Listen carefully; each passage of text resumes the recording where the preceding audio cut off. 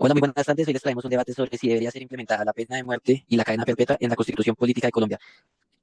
Comenzamos con el compañero Luis Antero y la pregunta número uno dice, ¿la pena de muerte o cadena perpetua estaría incluida en su Constitución? Muchas gracias, compañero.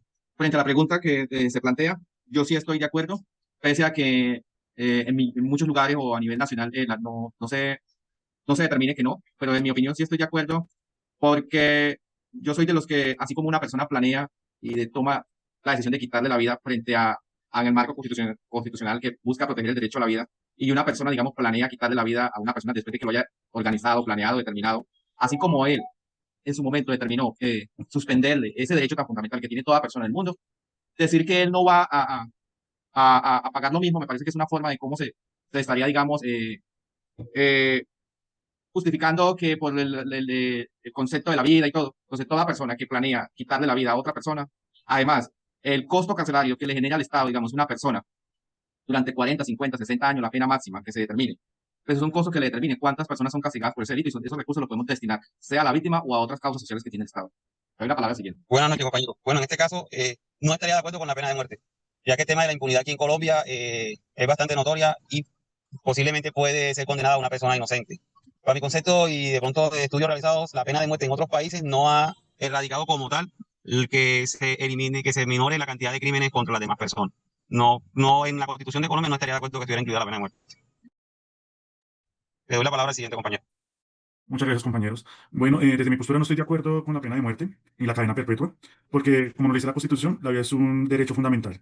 Según la Constitución, la pena de muerte en Colombia, en el artículo 11, el derecho a la vida es inviolable. Y la cadena perpetua, también en el artículo 34, se prohíbe la prisión perpetua de cierta o de la clasificación. En el año 2020 hubo un cambio donde los homicidios en acceso carnal violento o el secuestro de niños o niñas les estaban dando un tiempo de cárcel entre 60 y 70 años, que eso lo consideramos como una casi cadena perpetua. Entonces yo no estaría de acuerdo con la pena de muerte ni con la cadena perpetua. Le doy el paso a la siguiente compañera. Desde mi punto de vista, sí, no estaría de acuerdo con la pena de muerte, pero sí estaría de acuerdo con la cadena perpetua. En casos específicos, por ejemplo, como en una violación o en caso de atentar la vida contra la vida de otra persona. Por la pena de muerte no estoy de acuerdo porque el derecho a la vida es algo fundamental, pero más sin embargo han habido países que incluyen esta pena de muerte, como en los países asiáticos, pero en sí no estoy de acuerdo. Bueno, yo estaría de acuerdo en la cadena perpetua, ya que es un castigo justo para los abusadores de menores de edad, personas que cometen feminicidios y también actores que cometen un maltrato animal, ya que la vida de un animal también vale más que la de una persona. En otra parte, la pena de muerte no estaría de acuerdo, ya que se estarían vulnerando los derechos del agresor. Por más grave que haya sido el delito que haya cometido, no es favorable quitarle la vida por una causa sea grave o no tan grave. Seguimos con la pregunta número dos. ¿Aumentará, disminuirá o dejará el mismo número de senadores del Congreso? ¿Sí, no y por qué? Compañero Luis, seguimos con usted. Bueno, frente a la planteada esta pregunta, yo sí estoy de acuerdo. Debe quedar igual como lo está en la actualidad. Lo que sí es fundamental es que se regule, se vigile realmente, digamos, el trabajo que hacen cada uno de los congresistas, ya sea en Cámara o en Senado, que muestren resultados.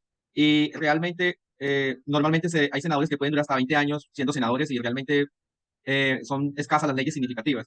Se debe regular que si no dan los resultados de control que deberían hacer, pues cuando un senador no dé no tenga un control suficiente, no debería ser causal, debe tomarse como una causal para que siga siendo reelegido como senador de la República. Lo ideal es que se regule como tal el trabajo. Esa es mi opinión. Doy paso al siguiente.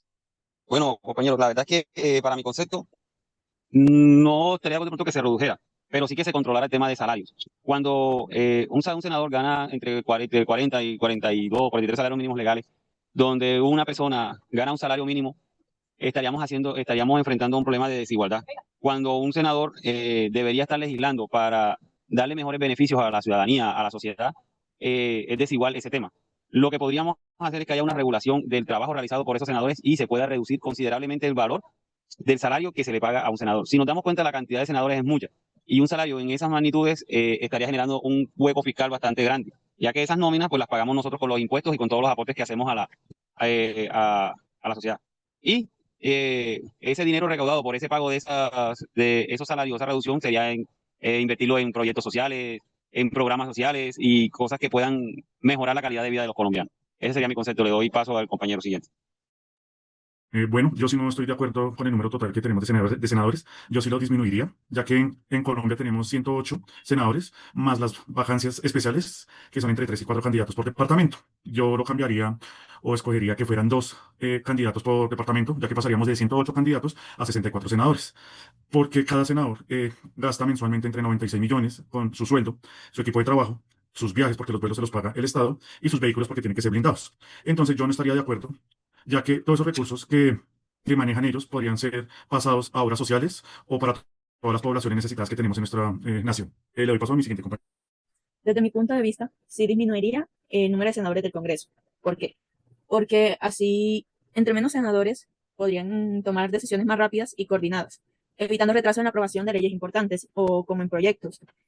Y la reducción de costos, como habían dicho mis compañeros, disminuir la cantidad de senadores también ahorraría recursos que podrían invertirse como en obras y toda la cuestión que aporten al país.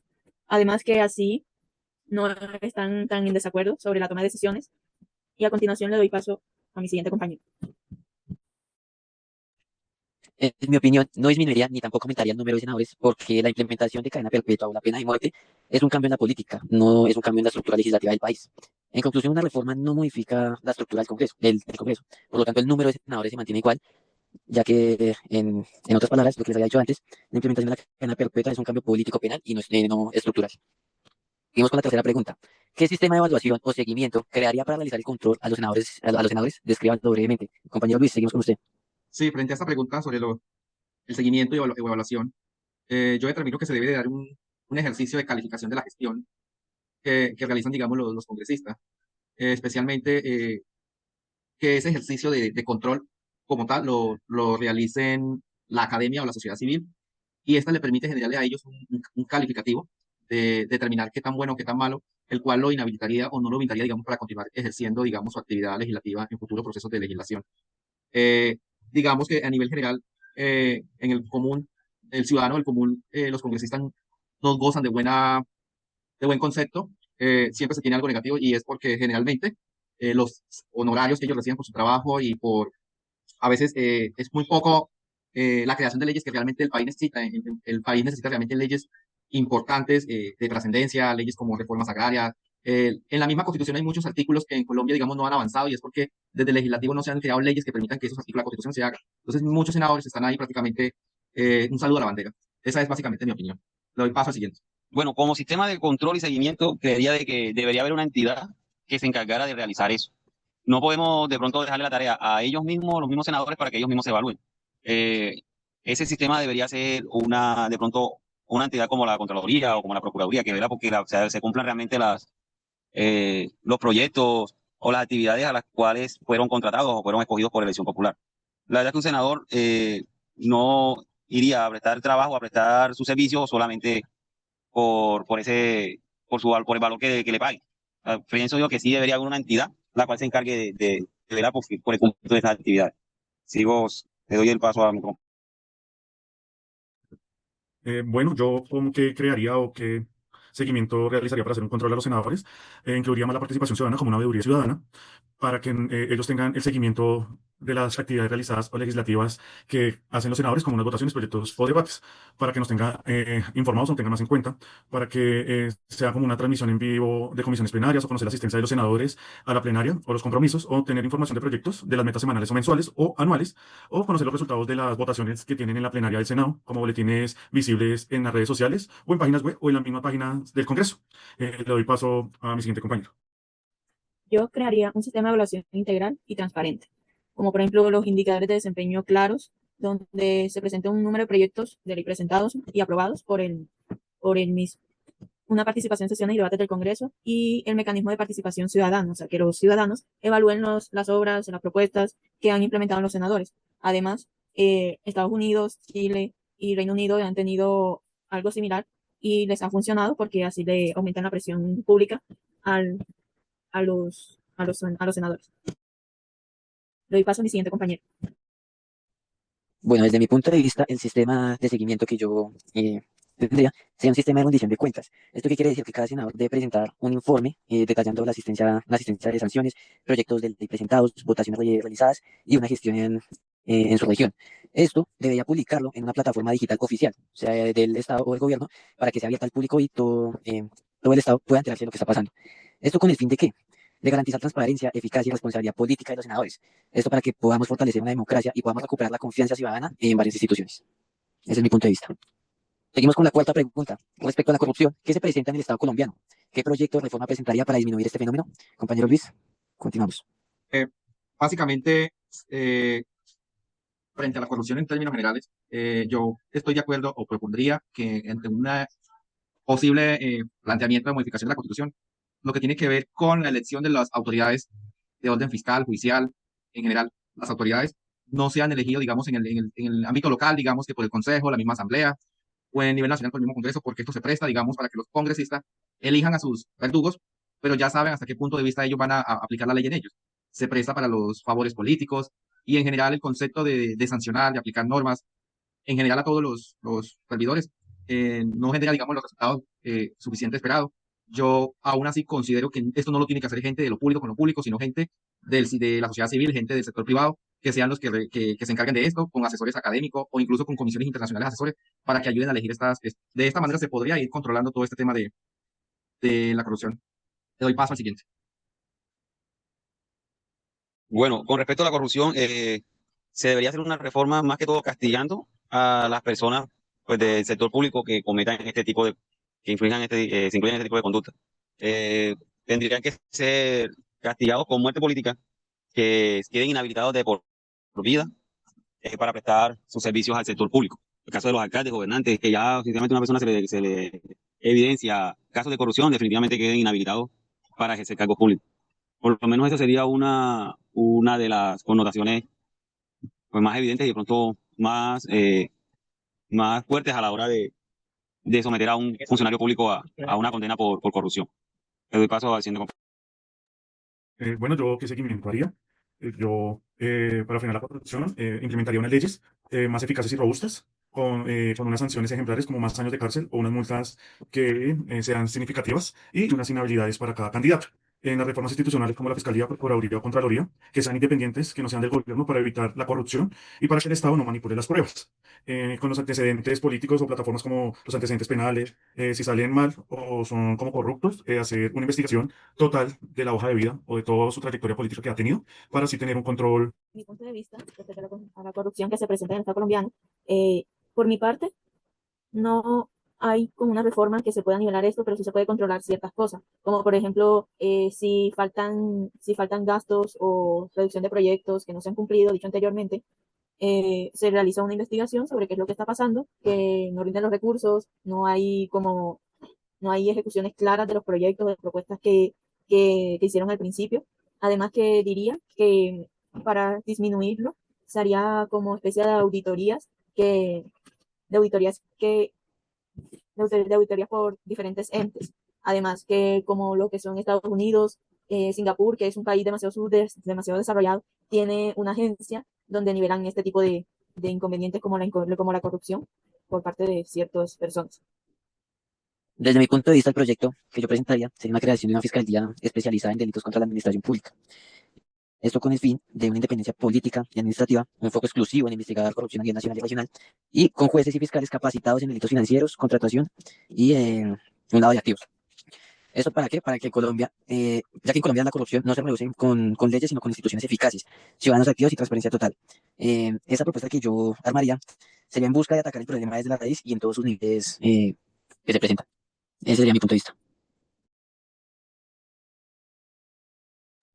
Pregunta 5. ¿Legalizaría el consumo de marihuana en el país? Sí, no, ¿y por qué? Compañero Luis. Yo, en mi opinión, no estoy de acuerdo de que se reglamente el consumo de marihuana debido a que actualmente existen problemas relacionados con el consumo de sustancias psicoactivas, el consumo de alcohol y son cargados al sistema de salud, el cual ya existen problemáticas que han ocasionado, digamos, inconvenientes en la sociedad. La reglamentación del consumo de marihuana, por más que lo regulen, digamos que eso no, en la vida real, eso no va a contar una regulación exacta, porque va a terminar de que las generaciones más pequeñas, en este caso, pues los niños, los adolescentes, van a tener a disposición la marihuana y ya se generaría tres factores de riesgo: marihuana, alcohol y otras sustancias psicoactivas. Entonces no estaría de acuerdo que esto en algún momento se llegara a aprobar. Le doy la palabra al siguiente, compañero. Bueno, compañero, el tema de la legalización de la marihuana sería bastante complejo. Más que todo, como ya lo dijo el compañero anterior, este consumo genera un problema de salud pública, eh, poniendo más dificultades al sistema de salud.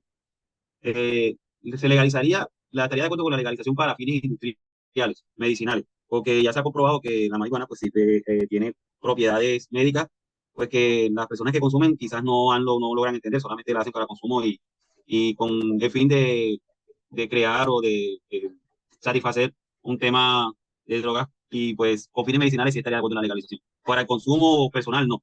Ese sería mi aporte. Le doy paso al siguiente compañero. Bueno, yo no estaría de acuerdo con la legalización total, porque como ha sucedido con otras sustancias como el alcohol o el tabaco, que crean adicción y evita que sean o se vean consecuencias en un futuro. La legalizar sería normalizar el consumo y abrir la puerta a otras drogas más peligrosas. Además, el Estado no cuenta con los recursos suficientes para controlar su producción y distribución, lo que podría aumentar la inseguridad y el consumo precoz. Más que invirtieran en educación en proyectos para los jóvenes, por eso no estaría de acuerdo con la legalización total de la marihuana. Le doy paso al siguiente. Punto de vista, sí estoy de acuerdo con la legalización del consumo de marihuana, pero con control. O sea, la marihuana tiene múltiples de beneficios que puede ser utilizada en la medicina, como dolores y toda la cuestión, pero para el consumo directo no estaría de acuerdo. Además, que si se legalizaría, pueden haber mayor impuesto para aquellas personas que son narcotraficantes de esta misma y para las personas que lo consumen. Entonces, digamos que sí puede haber un crecimiento en esa parte. Además que si se prohíbe, entre más se prohíbe el consumo de una cuestión, más lo hacen las personas. Y además, si no, si no se legalizaría, igual lo hace. Desde mi punto de vista, sí legalizaría la marihuana en Colombia. También con una regulación estricta, enfocada más que todo en la salud pública, derechos, control estatal y un desarrollo económico legal. ¿Por qué legalizaría yo la marihuana? Porque tendría un impacto económico positivo, ya que Colombia tiene condiciones ideales para cultivar marihuana de manera legal. Y aparte, la legalización abriría varias oportunidades, tales como pueden ser la industria medicinal, cosmética y recreativa, también generando empleos en zonas rurales y aparte generaría un ingreso extra al país. Ese sería mi punto de vista en la legalización de la marihuana. Y ese ha sido nuestro debate del día de hoy. Agradecemos su valiosa atención hacia los argumentos que hemos proyectado en este debate. Y recuerde, nosotros somos Yanis de León, Sergio Santiago, Luis Gabriel Santero, Andrés Díaz y Oscar Giles. Nosotros hemos presentado este proyecto con mucho sacrificio y esperamos su pronta respuesta. Muchísimas gracias y que tenga buena